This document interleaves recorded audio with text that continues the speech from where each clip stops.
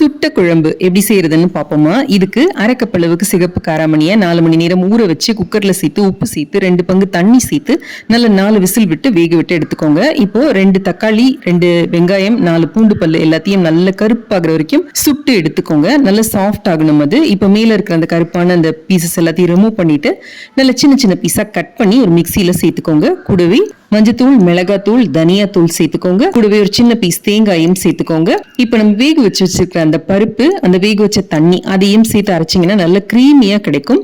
உங்களுக்கு தேவைன்னா இதுல ஒரு கொட்டைப்பாக்கு அளவுக்கு புளியையும் கூட வச்சு அரைச்சிக்கலாம். இப்போ இந்த விழுதை எடுத்து நம்ம ஆல்ரெடி வேக வச்சு வச்சிருக்கிற அந்த பருப்போடு சேர்த்து நல்ல பச்சை வாசனை போகிற வரைக்கும் கொதிக்க விட்டு எடுத்துக்கோங்க. தேவைன்னா வெந்நீர் விட்டு கன்சிஸ்டன்சி அட்ஜஸ்ட் பண்ணிக்கோங்க. தாளிப்பு சேர்த்தோம் அப்படின்னா அருமையான சிகப்பு காராமணி குழம்பு தயார். சுடுறதுக்கு பதில் நீங்க வதக்கியும் இதே குழம்பு செய்யலாம். பட் சுட்டு செஞ்சு பாருங்க, அதோட டேஸ்ட் வேற லெவல்ல இருக்கும். கண்டிப்பா ட்ரை பண்ணி பாருங்க.